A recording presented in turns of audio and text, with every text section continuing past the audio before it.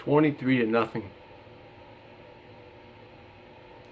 23-0.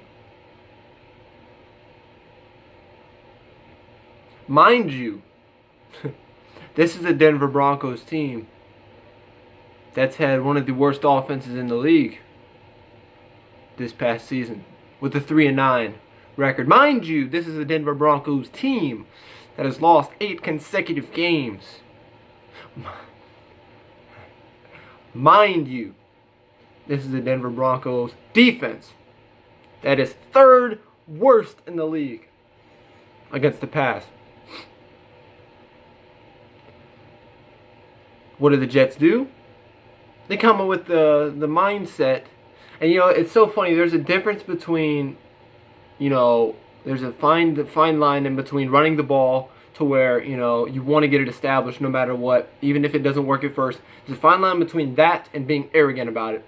And the Jets were being arrogant with the run today. They're running it on 1st and 10. 1 yard. Maybe 2 yards. 2nd and 8. Run it again. Get 2 yards.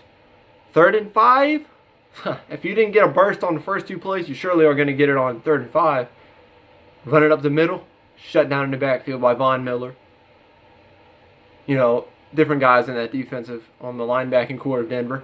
Allen Bailey was all over the field today on defense. He was sacking McCown. I think he almost had a strip on the first play. Allen Bailey, number 94. I think that's who that was.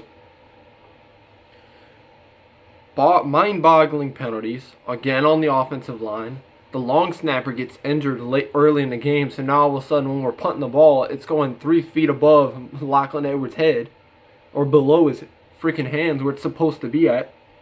Josh McCown gets hurt 2nd quarter or something like that with a hand injury. Or the first time, he got hurt twice. The first time it was kind of like a bang-bang play or something like that, knocked the wind out of him. The second time he actually got a hand injury and was taken out of the game. Bryce Petty comes in, does a decent job. Except for a couple passes that were just terribly inaccurate. Off the mark. The 4th quarter, there's like 10 minutes left in the game. This is what bugs me about Todd Bowles. There was multiple times where he should have called a timeout during the game. Right before halftime, there was like 1 minute and 5 seconds left to go.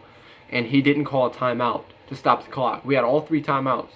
Everybody's like, why wouldn't you do that? They've got 3 timeouts, 30 seconds left in the game. They take a knee. And I think now there was like 10 minutes left in the 4th quarter. I just left the TV room. The living room where my TV's at. And proceeded to almost destroy the television set itself. Because of my frustration. Because my team can't win on the road. Because my team plays like the Cleveland Browns on the road. And, 23-0. It looks like they're going to lose that game. 23-0, the final score from Sports Authority Field. Trevor Siemian was constantly getting the ball off to Demaryius Thomas. I think Demaryius Thomas had more total yards than we did this game. Pathetic.